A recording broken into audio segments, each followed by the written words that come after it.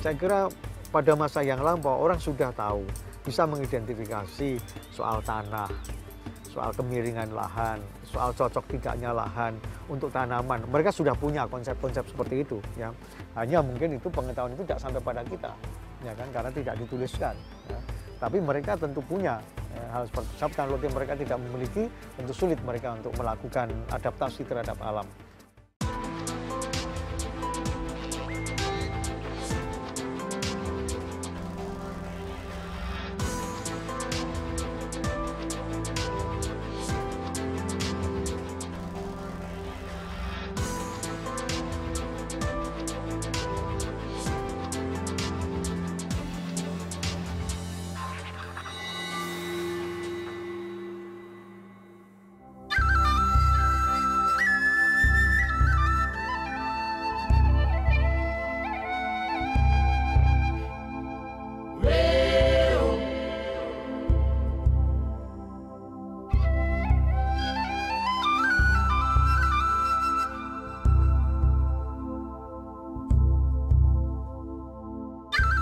Dieng, yang bermakna tempat bersemayamnya para dewa.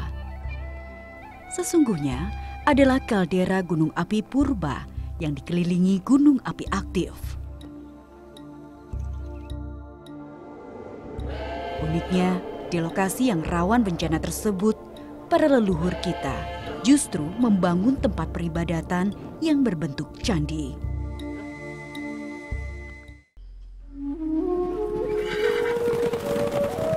Kawasan percandian di dataran tinggi Dieng diketemukan kembali oleh seorang tentara Inggris yang sedang menjelajah Dieng di tahun 1814. Pada saat itu, dataran tinggi Dieng masih berupa danau dengan bangunan candi yang terendam air. Penelitian terhadap temuan candi di kawasan Dieng dilanjutkan oleh Y. van Kinsbergen tahun 1856. Air yang merendam bangunan dikeringkan melalui saluran-saluran air. Percandian yang konon merupakan kompleks tertua di Pulau Jawa ini tentunya menjadi misteri yang menarik untuk ditelusuri.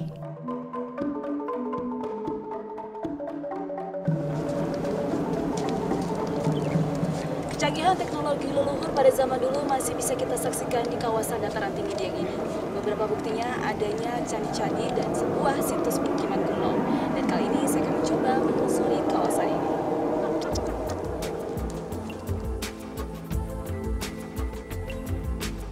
Tak masuk akal sepertinya membangun kawasan suci dan pemukiman di lokasi yang rawan bahaya. Di balik keindahan alam dan kesuburan tanahnya, ada ancaman senyap gas beracun yang bahkan pernah menimbulkan ratusan korban jiwa saat kawah Sinila meletus di tahun 1979 lalu.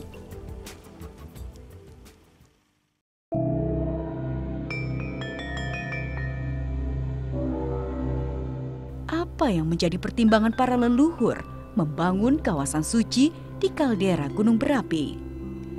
Tidakkah mereka khawatir dengan bahaya yang selalu mengancam? Saya kira pada masa yang lampau orang sudah tahu, bisa mengidentifikasi soal tanah, soal kemiringan lahan, soal cocok tidaknya lahan untuk tanaman. Mereka sudah punya konsep-konsep seperti itu, ya. Hanya mungkin itu pengetahuan itu tidak sampai pada kita, ya kan, karena tidak dituliskan, ya. Tapi mereka tentu punya hal seperti itu. Kalau mereka tidak memiliki, tentu sulit mereka untuk melakukan adaptasi terhadap alam. Keberadaan kawah aktif yang menjadi bukti aktivitas gunung berapi di sekitar Dieng menarik rasa penasaran saya. Salah satu kawah yang juga menjadi daya tarik wisata di kawasan Dieng adalah Kawah Sikidang. Lokasinya yang berpindah-pindah seperti kidang atau rusa menjadi asal-usul penamaannya. Kalau untuk kawasan di dataran Dieng sendiri itu aman tidak Pak untuk pemukiman? Relatif aman, tapi aman tanda petik. Karena yang namanya gunung api itu tidak mengenal dia itu mati. Kita lihat Galunggung itu berapa ratus tahun tidak aktif, bisa aktif kembali. Jadi memang di kawasan gunung api itu sebetulnya untuk jangka waktu yang lama itu kelihatannya aman, tapi sebetulnya dia bisa aktif kembali. Kompleks Percandian Dieng terletak di puncak gunung berketinggian 2000 meter di atas permukaan laut. Keberadaannya merupakan perpaduan dari kepercayaan Nusantara yang memuja roh nenek moyang dan agama Siwa dari India. Pendirian candi itu kan untuk berkomunikasi dengan Tuhan. Nah, orang dulu bisa mengetahui mana energi-energi di mana di satu lokasi itu yang sangat membantu nantinya hubungan antara manusia dengan Tuhan itu. Nah, itu ketemunya ya salah satunya di Dieng itu. Jadi dia apakah itu di sana rawan bencana, apakah di sana itu terlalu dingin, yang ternyata yang dipentingkan adalah itu. Puluhan prasasti berbahasa Jawa kuno yang ditemukan di sekitar lokasi menggambarkan Dieng sebagai pusat ritual keagamaan. Lokasi tempat peribadatan yang berada di dataran tinggi Dieng sesuai dengan konsep agama Hindu yang memuja Siwa. Candi adalah replika gunung yang dipercaya sebagai tempat bertahtanya para dewa. Kalau melihat pemanfaatan lahan dan gejala geologi yang sudah ada, kesimpulan apa Pak yang bisa diambil? Nenek moyang kita ini punya keunggulan. Keunggulan dia di dalam memilih lokasi bangunan-bangunan suci.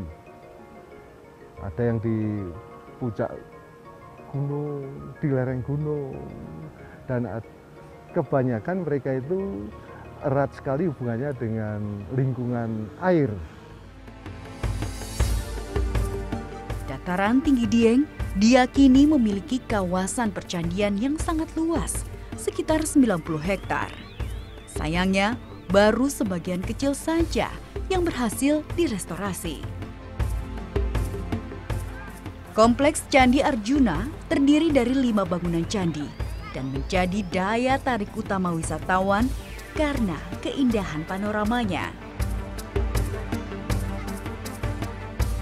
Konon, di masa lalu, kita tidak bisa sembarangan memasuki kawasan suci percandian.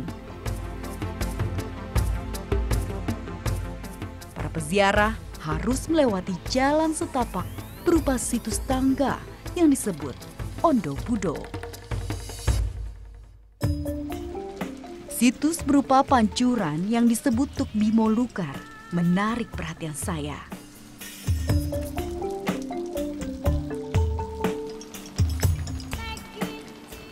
Di mata air Bimo Lukar ini dahulu diyakini sebagai tempat untuk mensucikan diri bagi para pandita sebelum mereka memasuki kompleks candi-candi yang ada di Dieng.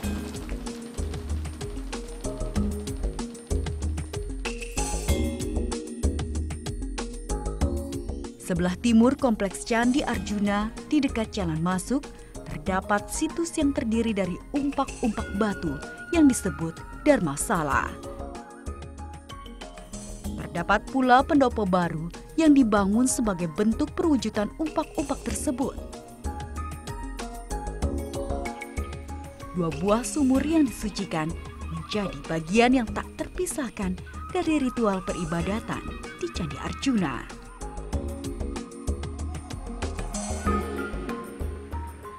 Sisa-sisa bangunan ini diperkirakan membentuk sebuah pola bangunan yang berupa pendopo. Dan konon tempat inilah yang diperkirakan menjadi tempat tinggal sementara bagi para pandita atau pemuka agama.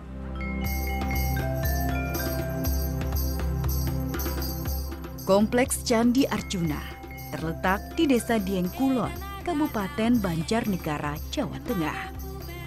Luasnya sekitar 1 hektar dengan 4 buah candi utama, yaitu Candi Arjuna, Srikandi, Puntadewa, dan Sembadra.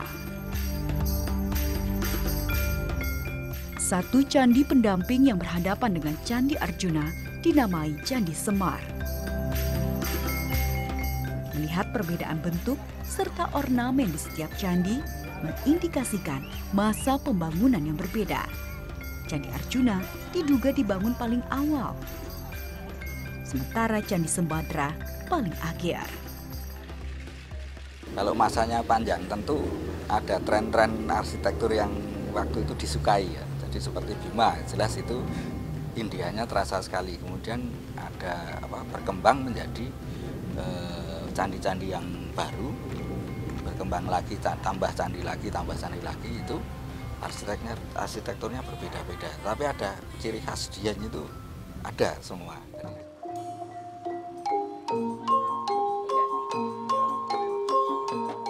Saya seakan kembali ke masa lalu.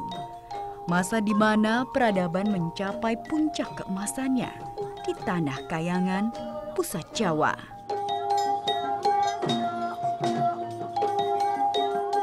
Tetap di titik peradaban.